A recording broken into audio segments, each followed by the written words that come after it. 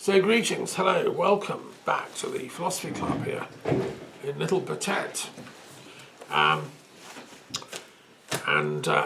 It's April. We love it because spring's come and it's been really warm today. We've had the village marché and everyone's happy because it's spring. The flowers are all doing their thing and we have beautiful bird song, all these different species that I don't know the names of, either in French or English, but Birds.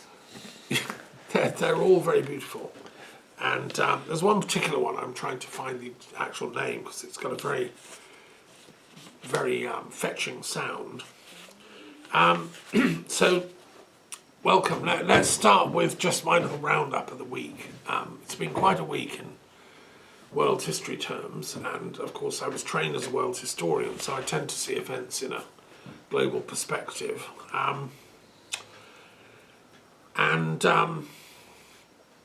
What I've been up to is busy. First, we had our meeting of the International Delphic Academy on Monday, 31st of March, which is this thing that I'm coordinating for my colleagues in Berlin, Christian Kirsch and the other people that founded it.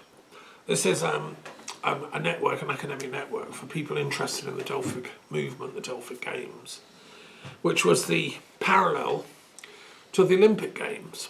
The idea is that we use the arts and have an artistic competition every 4 years at the same level of high quality as the Olympic Games are for sport.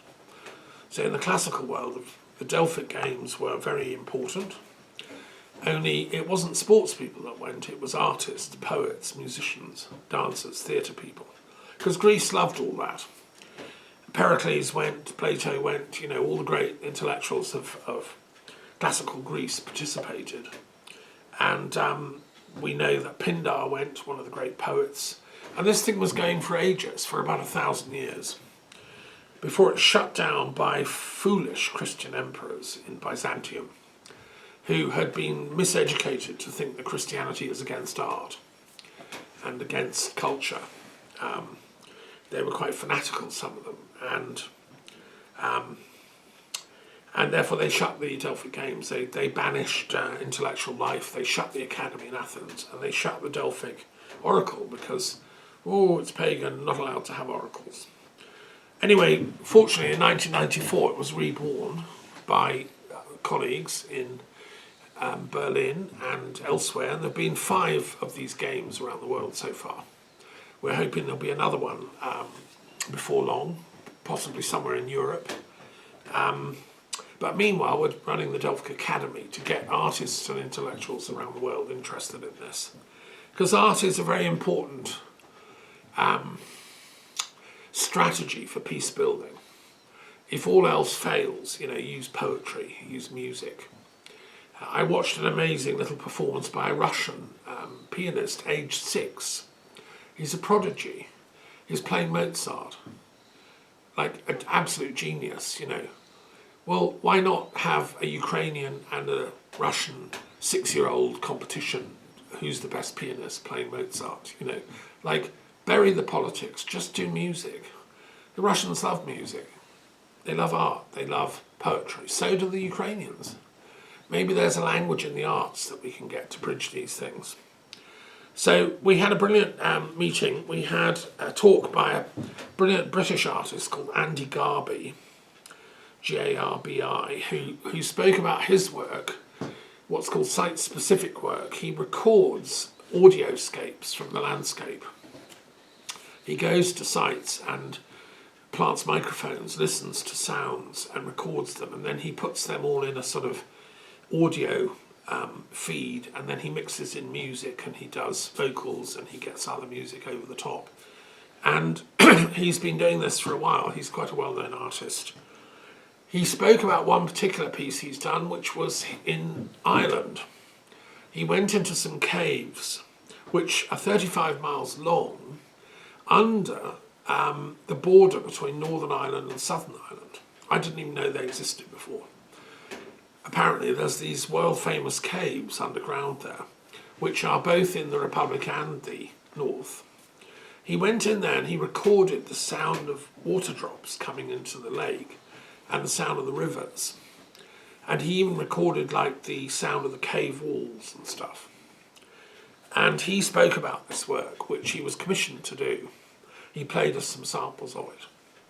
And he said something very interesting, which hadn't occurred to me, but according to him, musicians and sound artists like him all over the world have discovered that, for instance, the water drops in this cave made the note, and I hope I've got this right, of C sharp.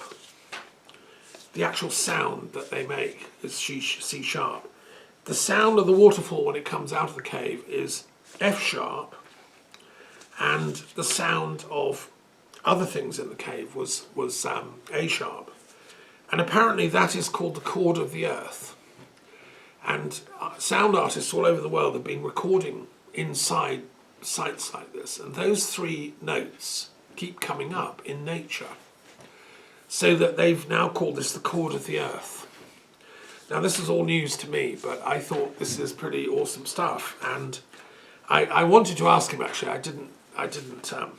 If it was the same note north and south of the border, or whether nature differentiated between the Republic and the. I wasn't sure about that, but you know, we can find out, can't we, empirically? I suspect it's the same notes. But so we talked about maybe we could get him to go and record some things at Delphi. You know, go into the cave where the oracle was given, which archaeologists think they found it, and see what the sounds are there. You know, record the soundscapes. And he's part of a project, apparently UNESCO's interested in the audio heritage of the planet. So as well as buildings and pictures and, you know, also the sounds are part of our heritage as humanity. So recording these sounds in special sites is part of UNESCO's work and his. He's also recorded at Tara, which is where the Druids used to crown the old kings of Ireland, which I've been to a few times. And again, he made a sort of audio soundscape there, as well as in other sacred stone circles, Druid circles in Britain. So anyway, Andy spoke brilliantly, and it was lovely to hear his talk, which was filmed. And we also heard from Claire Hedin, who's another sound healer, lives in San Francisco. May come here to the Museum of the Muses and visit for a while. She's an amazing muse. She's been working with sound in Grace Cathedral.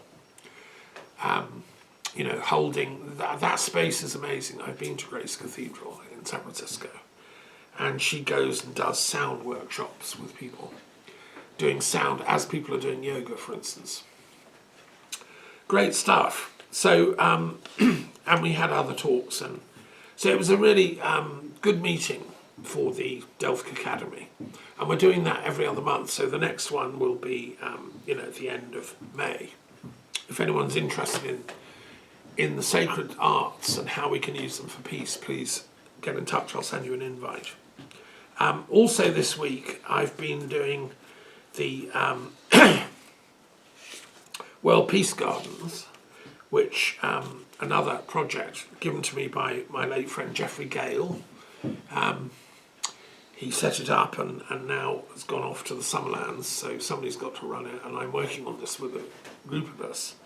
And it was a very good meeting.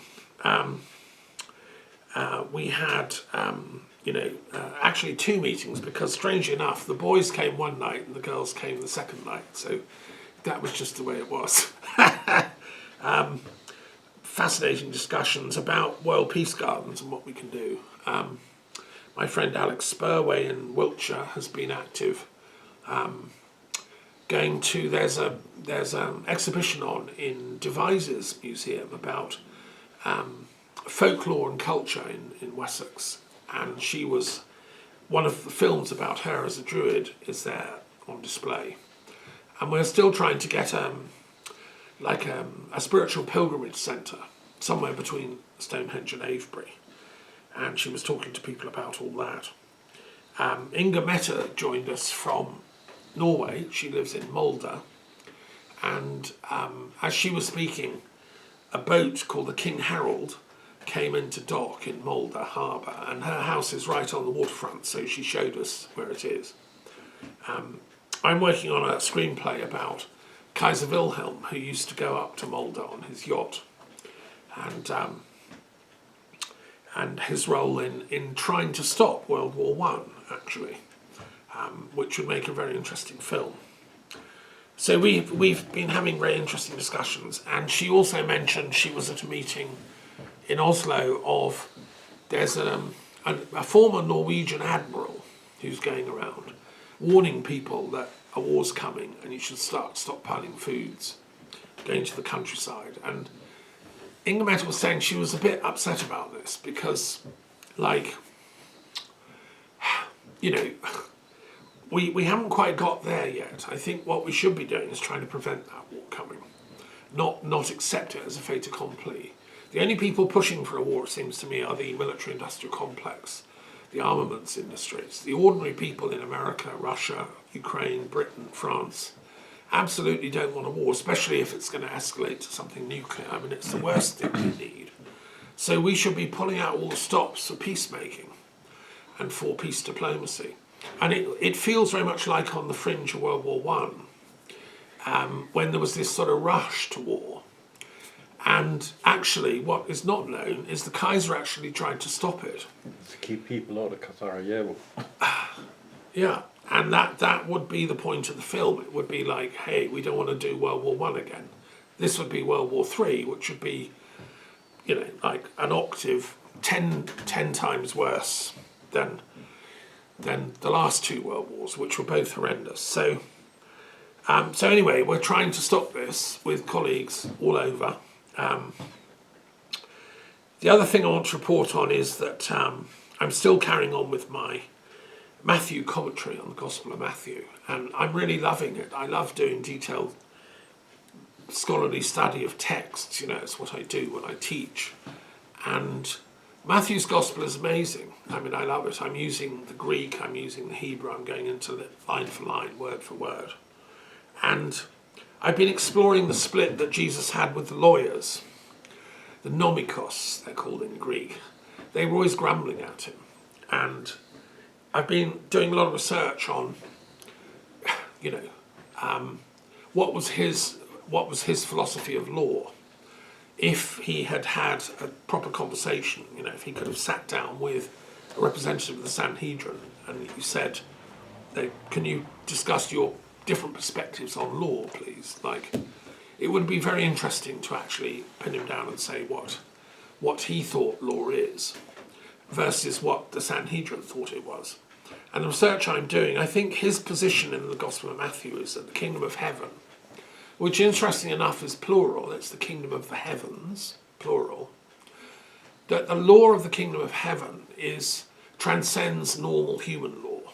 So normal human law, it's an eye for an eye, tooth for a tooth, you know, revenge, punishment, cut off the arm, all that stuff.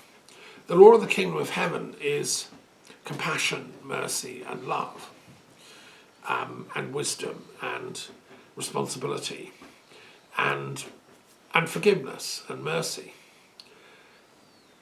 You know, but that's operating at a higher level of consciousness than normal, ordinary society, which is full of conflict and anger and revenge and fighting and all that. So the question I would ask the lawyer and Jesus is, how can your two worlds meet?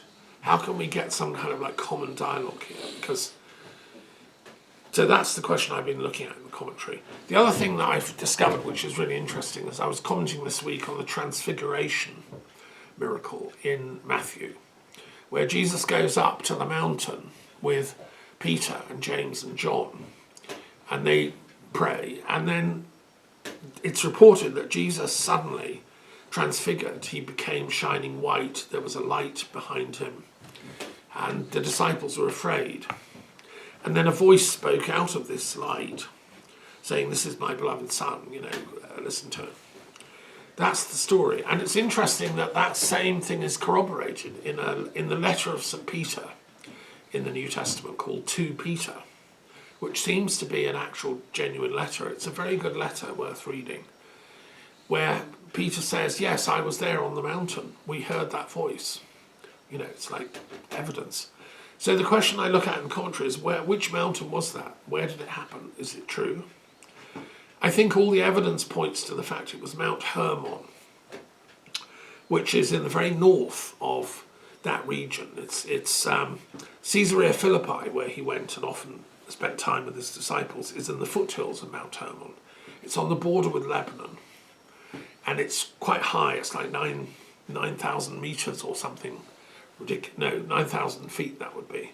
Very high up, and it's snow covered most of the year. And what I've discovered, very interesting, is there were lots of temples up there. In Jesus' day, even, archaeologists have discovered there were about 10 temples on the top of Mount Hermon and round about. In the Roman times, built to the supreme god, you know, and you can take your pick what name you use. The Romans often called the supreme god Jupiter Optimus Maximus, meaning the Jupiter, the biggest, the most superb.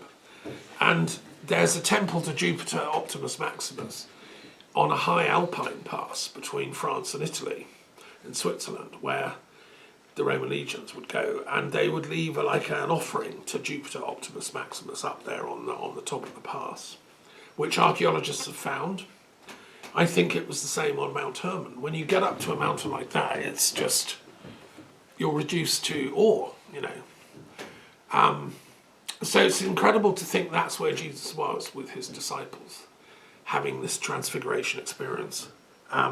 Now, it turns out, it's in a no man's land between Israel and Lebanon, and it's a buffer zone where the UN peacekeepers are, and right on the top of Mount Hermon is a UN listening station where they're monitoring both sides of the border to make sure no wars are breaking out.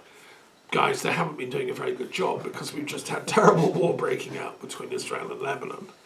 But anyway, it's nice to know it's probably Irish peacekeepers up there sitting. They call it Hotel Mount Hermon. You know, it's the UN peacekeeping thing. So if any of you up there listening to this, hello, and keep doing your job. Let's get peace, please. So that's what I've been up to with Matthew. Absolutely fascinating stuff. The other thing I want to say is, as part of my commentary, I'm consulting a very important load of books, including a history of Herod the Great, who was an extraordinary man, Herod the Great. And there's this brilliant book by a professional historian, like a very detailed biography of him, with huge numbers of footnotes, which I'm absolutely loving.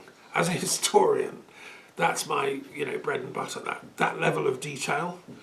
And I'm going into, there are lots of interesting questions. For instance, when Herod died, he split his country, he left in his will 4 parts, the Tetrarchy.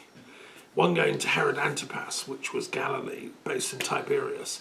Another to Herod Philip, which was off the other side of Galilee and up towards Caesarea Philippi. And also to Archelaus, who had Judea and down south. And then to his sister, Salome, who got Gaza and other places. The question I'm asking, and trying to find out is, what laws did these guys follow? Did each of the 4 tetrarchies have a slightly different law? How was it different? Was it more Roman influenced or Greek influenced or specifically Jewish? Because that's relevant to Jesus' later trial. Because he actually lived in Galilee, but he spent a lot of his time teaching in the realm of Herod Philip, and then he was eventually tried in Judea. Well, what legal system had the authority to try him? And if you recall later in that, he was passed back and forth. The Romans didn't quite know if they had the authority to try him. They sent him to Herod Antipas. He didn't want to try him. Was in Jerusalem? In Jerusalem, yeah. So there's that level of detail is what I'm interested in. Is what's the and I discovered that even Herod the Great was tried in Jerusalem. Early on in his career, he was the son of Antipas, who was an Idumean, an Arab, who was a protege and friend of first Pompey and then Caesar, Roman warlords, a general, a big guy, a strong guy. who was good at like keeping, the peace, which is what they call it. Order. Yeah, order. And Herod Antipas, Antipas, the father of Herod, then appointed Herod, his son, at quite a young age, to help keep the brigands in Galilee down, because they were always revolting. And Herod at one point did suppress some brigands in the Galilee region. Now, the brigands, which is what they're called, actually had parents and mothers who complained to the Sanhedrin in Jerusalem. They said, these weren't brigands, these were freedom fighters. They're our boys. They were good Jews, they were. And Herod is completely over the top, working for the Romans. He shouldn't have killed them all and done that. So they brought a legal case against Herod in Jerusalem. And he had to go to the Sanhedrin and answer charges of war crimes, which is very interesting if you think about it, given that later on that's exactly what happened with Jesus. History repeats. Well, it's interesting, these patterns in history. That's what I'm interested in historians studying. History comes in, it does have these repeating patterns and cycles. So that's that I'm up to. And the other thing I want to share is, of course, the protests in the USA were quite impressive. April the 5th. I believe 5 million people in the States came out to protest in all the different cities. I've seen some of the footage. I heard from colleagues and friends in America who've been involved in organising it, participating in it. I think it's very good, I think 5 million people, they're saying next time we'll do it'll be 10 million and then 20 million and then 100 million. I mean, that's possibly one way to bring down a dictator, which is what Trump is. Maybe it's America's Ceausescu moment, which is how the people in Romania got rid of their dictator. They just came out on the street and refused to go home till he fell. That's one way this can end. I saw a very sinister and chilling and sad post on Facebook by a guy who claims his stepdaughter was raped by Trump when she was 14, 15. And when she brought those complaints to the police, she was killed 2 weeks later. He's gone public with this. I mean, it's viral. It's all over the internet. He's just a guy in Oklahoma, in Tulsa. But I've been to Oklahoma. It's like a real American sort of grassroots kind of guy. He's just sick of Trump and saying, look, this is the sort of man he is. I hope more people like that come out of the woodwork, if this is true, and there's obviously, I suspend judgment. But I think it fits with what we know about Trump and his relationship with Epstein, which was part of that story, according to this guy. I just hope he's got bodyguards and isn't found dead under a bridge, because I think Trump is capable of that kind of stuff. I don't think Epstein died by suicide, for instance. No. So there's a lot of stuff to come out. Must have been at least one helping hand, I'd say. Well, I think he had help, let's put it like that. And if it takes 10, 20 million people coming out in the street to bring down a dictator like this, then so be it. He can resign. That is the decent thing to do. Okay, what else? Well, I think Musk is on the way out, and I think he's done ridiculous damage with his idea of buying democracy. His idea is because he's so wealthy, he can just buy democracy. I really hope America carries on the trajectory it's going, which is rejecting that premise, because America's constitution is democratic and it's creaking. Can it withstand this Trump-Musk invasion? I think it can. The signs are that it's strong enough and it's like an old ship out in a storm, creaking, but it is going to right itself, I believe. And he will be exposed for what he is, which is a felon and a criminal. Anyway, that's enough from me. Any questions, comments you may want to come in at this point? Well, the ship's analogy you came up with, a ship will right itself up unless it goes over and fills up with water, and then it's gone. I hope and pray that that's not going to happen to the States for the sake of the people, you know, Yeah, and the we whole all- world. We all got friends and family in the States, so You know, I guess. I mean, as a scholar, I love, you know, what America's done for the good ever since Thomas Jefferson and the first generation of, you know, people. I mean, Jefferson, wonderful quote, said, "The democracy will only be as strong as the educational attainment of its people." Well, there's a key word again, education. Yeah, What's and happening to- and what makes me very upset is the way Trump and Musk have been shutting down education and policing it. It's necessary but not sufficient, because you see the German problem in 1940s. People were educated. And Sure. nowadays we had so many problems with the pandemic. People were educated. you see, I'm afraid No, I that- hear what you're saying. I mean, Yeah. certain types of education. I mean, moral education Yeah, is needed, not Yeah. just book learning or, you know. I mean, education systems can also be corrupt. You can buy degrees, and I mean, look at Trump. You know, he supposedly has a degree, but we had, as well as France, we had German occupation during the war. yes, And the first thing they went for was the the teachers. intellectuals and teachers. They put them in, they had a rough time. Yeah, They didn't want too much proper education around. yeah, it's like propaganda in the. yeah.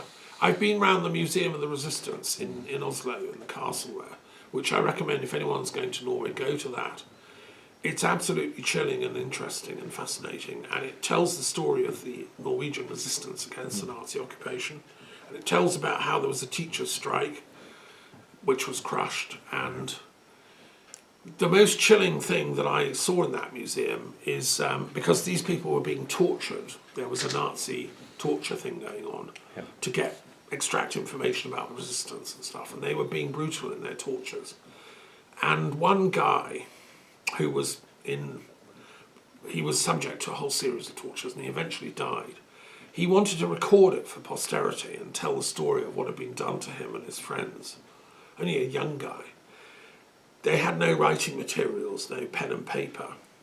He had a pin and he had loo paper, and he poked, using the pin, holes into the loo paper and told the narrative, like about 10 pages of loo paper, carefully. So if you held it up to the light, you could see the letter shapes. And he told the story of these horrible tortures. And then he hid it in the walls somewhere where the Nazis couldn't find it. And that was found after the war. And it's in that museum. And when I read that, I was absolutely shocked and, you know, deep bow for the courage of these people. You know, We had in western Norway, around Bergen region, Trelleborg is an island west of Bergen, where a lot of the resistance, when the water was getting too hot for them, they needed to get away. They needed to get across to England, yeah, and there was a ferry transport with fishing boats that went from western Norway and across the North Sea.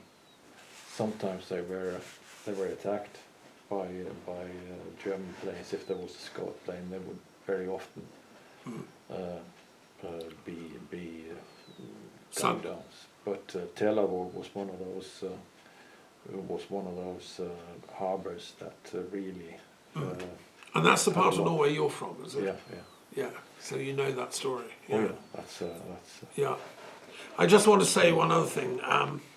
So, you know, picking up on the grapevine, I discovered that a bunch of Norwegian academics have spoken out about Trump quite strongly. There's a woman academic who's the vice rector of the Norwegian University of the Arctic, and her comment was that, I can't remember the exact quote, but Trump seems to be against knowledge. She was saying, as a Norwegian academic, you know, they spend all their lives trying to educate people and to appreciate and respect knowledge. What she finds very difficult from a supposed ally, the USA, is a leader that seems to have no respect for knowledge, and indeed has what was her word, like a sort of cynical, scathing approach to knowledge. And that I've noticed that this sort of anti-intellectual trend. You've got it in Bannon, you've got it in Musk, and in Trump. They like knowledge insofar as it can get them power. So they want, to surround themselves with clever acolytes, but they don't want knowledge for the ordinary people, for the masses. And so hence, and the idea of freedom of thought, freedom of debate, that is essential to European academia and has been since Socrates. No, Trump has no knowledge of even that, it seems to me. So the shutting down of freedom of speech about, say, the complex politics of the Middle East. I mean, have discussions about this. How can we get a two-state solution? How can we get Israel-Palestine, living in peace and harmony? Well, Trump's view is just anyone that says anything that is vaguely pro-Palestinian or can be seen should be just arrested and hauled off. That's not respecting knowledge. And I think that's what this Norwegian, and she's not the only one, a bunch of them have spoken out. And I'm 100% in support of them. People have told her you should shut up, it's dangerous, you can't. And she's saying, hang on, I'm a Norwegian, we have freedom of speech here. Not according to Trump and his cronies. Well, yeah, but those people are just, ill-educated and Ignorant ill-informed. bastards. And of course it's, over Greenland and stuff. I mean, Denmark and is also in the firing line from this ignorance. So, but anyway, so as a philosopher, it's interesting times we live in, isn't it? Okay, let's move on. Yes, another point. Yes, I have a question about the quote of Jesus in St. Matthew, saying, I'm not here to cancel the law, but to accomplish. Something like this. Yes, to fulfill. Yes. Yeah. And it was very disturbing for me. I really do not catch the essence of that quotation. And maybe I ask you what is the exact term used for law?